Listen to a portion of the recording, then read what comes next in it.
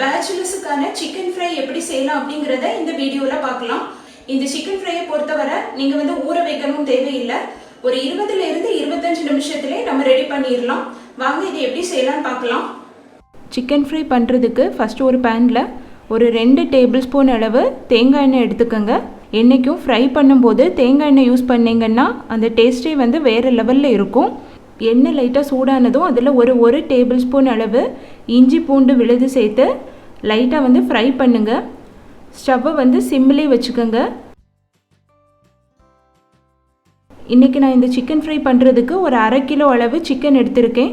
சிக்கனை வந்து இந்த மாதிரி கொஞ்சம் பொடியாக கட் பண்ணி வாங்கிக்கோங்க. நான் இன்றைக்கி இந்த ஃப்ரை பண்ணுறதுக்கு எலும்புள்ள சிக்கன் தான் எடுத்திருக்கேன்.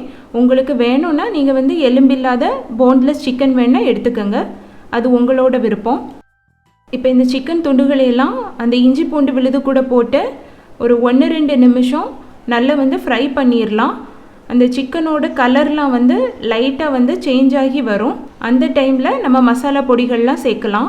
பாருங்கள், இந்த மாதிரி லைட்டாக வந்து கலர் மாறினதும் அதில் ஒரு 1/2 டீஸ்பூன் அளவு மஞ்சள் பொடி, ஒரு 2 டீஸ்பூன் அளவு வத்தல் பொடி, காரம் உங்களுக்கு எந்த அளவு தேவையோ அந்த அளவு சேர்த்துக்கங்க. கூடவே ஒரு 1/2 டீஸ்பூன் அளவு மல்லிப்பொடி,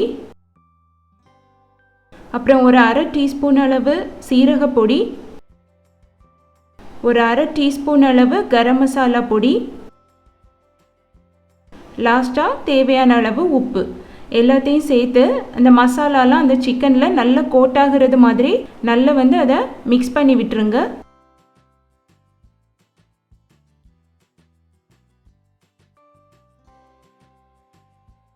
இந்த மாதிரி நல்லா மிக்ஸ் பண்ணிவிட்டு இதை மூடி வச்சு ஒரு 12லேருந்து 15 நிமிஷம் நல்லா வேக வச்சு எடுத்துடலாம்.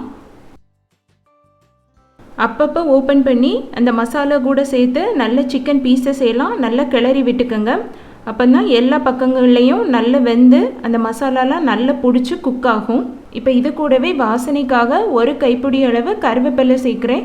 இது ஆப்ஷனல் தான், உங்கள்கிட்ட கருவேப்பிலை இருந்ததுன்னா சேர்த்துக்கோங்க, இல்லைன்னா ஸ்கிப் பண்ணிடுங்க.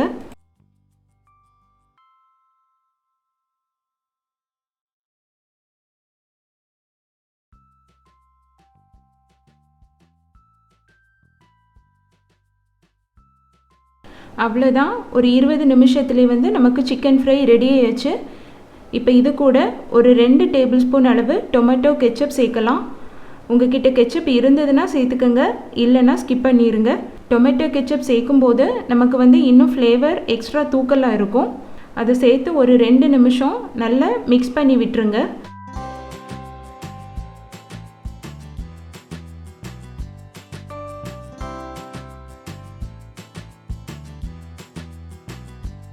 லாஸ்ட்டாக ஸ்டவ்வை ஆஃப் பண்ணுறதுக்கு முன்னாடி ஒரு கைப்பிடி அளவு பொடியாக நறுக்குன மல்லி இலை தூவி நல்லா மிக்ஸ் பண்ணிவிட்டு ஸ்டவ்வை ஆஃப் பண்ணிடலாம்.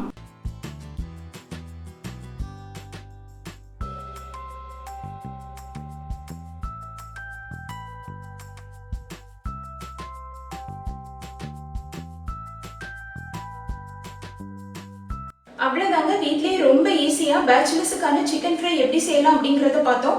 இந்த வீடியோ உங்களுக்கு பிடிச்சிருக்கும்னு நம்புகிறேன். இந்த வீடியோ உங்களுக்கு பிடிச்சிருந்ததுன்னா லைக் பண்ணுங்கள், ஷேர் பண்ணுங்கள், மறக்காமல் குமரி ஸ்பெஷலுக்கு சப்ஸ்கிரைப் பண்ணுங்கள். இன்னும் ஒரு அட்டகாசமான ரெசிபியோட நெக்ஸ்ட் வீடியோவில் மீட் பண்ணலாம். Until then, bye from Soumya.